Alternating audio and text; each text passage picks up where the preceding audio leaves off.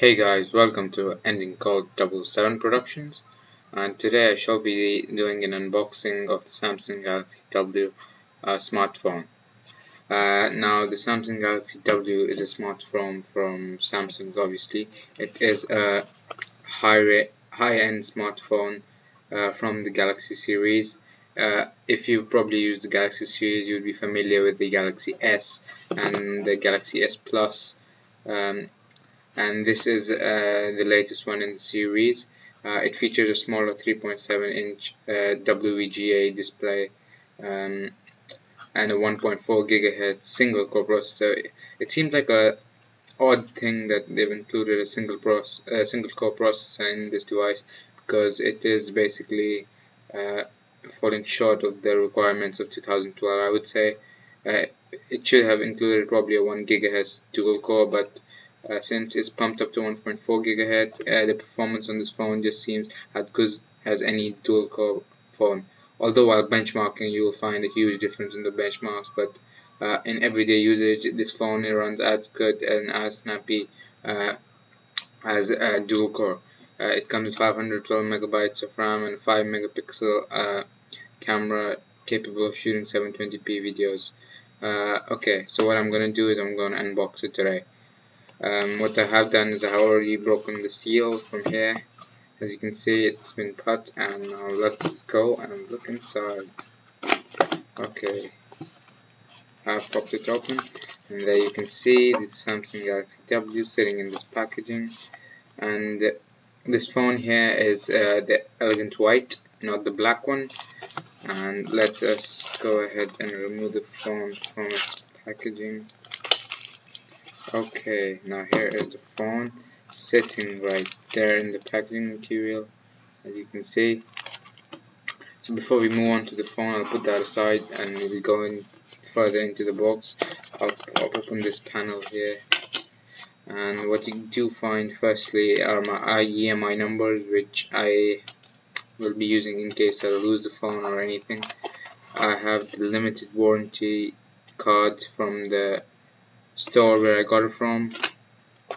I have also the quick start guide and the manuals for the phone, the usual literature saying the model number and saying quick start guide. So this is the basic literature included with most phones. I shan't be going into much details about those. Okay, the first thing we have is the standard battery for this phone. It runs off a 1500 milliamp hour battery, so and I have got a good lifetime with this battery running on the 3G networks. Another thing to note is this does not support 4G, but it depends probably from your local carriers if they support 4G or not. An unlocked version for out the shelf will not support 4G, and it's just a 3G one which I have here. And the Samsung standard headphones there, 3.5mm. Let me go open that up and show you.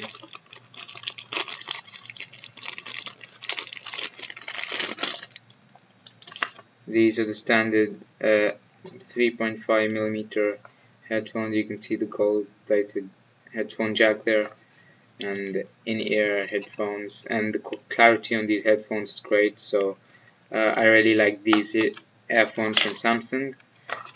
Another standard is the USB to micro USB data syncing cable, which most of you can use for charging as well nowadays, but the charger is included separately. So, and here is the Samsung charger, the dual pin system, and the micro USB on the other end. So it's pretty standard.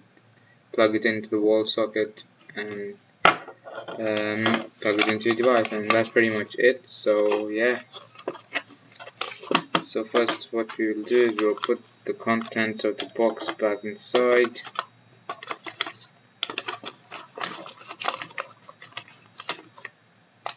And we'll keep the battery out so we can power on the phone, and we'll pop the rest right back in.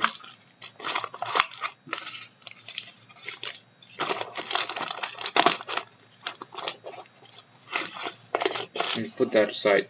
And here the 1500 milliampere hour battery, and here's the phone.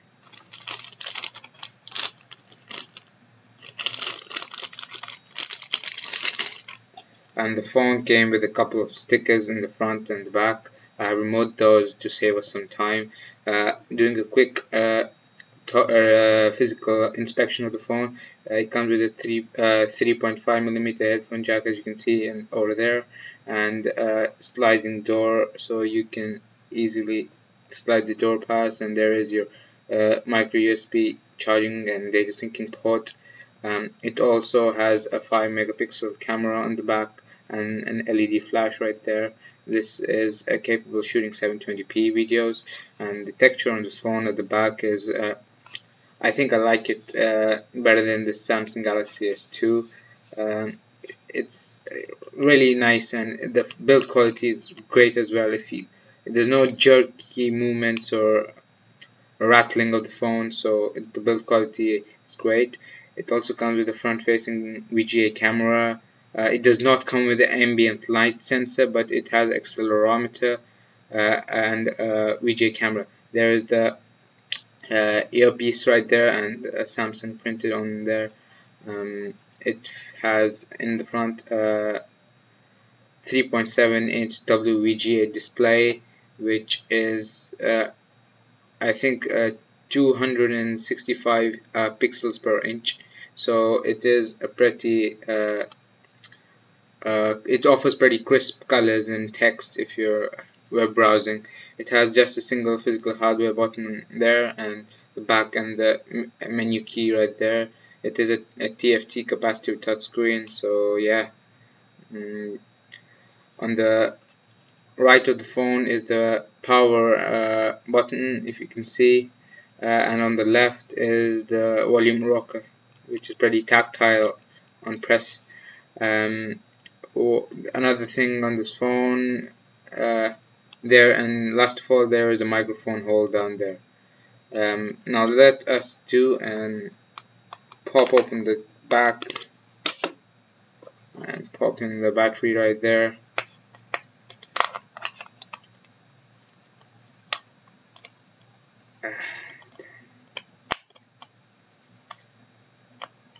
Okay, looks like it goes in the other way. And the back is pretty standard. You have your SIM card slot right here, and your micro USB, which is not included in the box, but this is my separately bought 2GB micro USB card. So yeah. Okay, now what I will do is I will power on the device. Okay, looks like it is powering on.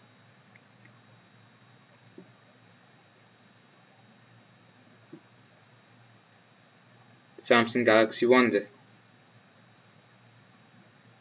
It runs off the 1.4 GHz Snapdragon processor, which is pretty snappy and pumped up to 1.4 GHz. Pretty snappy for everyday usage and playing games and etc. It has 512 megabytes of RAM, which is ideal, I would say. If you're a heavy multitasker, you'd probably go for the 1GB models. I also have a separately got, probably from one of my previous Samsung phones, pouch which decently fits this phone right there. So as you can see, it fits it almost perfectly, just a bit sticking out, but I wouldn't mind that. So now let's have a look at the interface. Okay, what I will do is I will do a review of this phone in the future. So as of now, I would say that's all for the unboxing. It's a great mid-range or a high-end phone, I would say, and it's very snappy, very it's also compact, and the build quality in this phone is good, and it's not as big as Samsung Galaxy S2. So if you want a phone that's not as big as the Galaxy S2 but as fast and snappy, I would say this is a great choice. As I personally downgraded from the Samsung Galaxy S2 to this, although this does not have a dual core, just for the fact that I did not want to carry such a big phone around. So it is a pretty good phone if you are looking forward to it. and it's newly launched.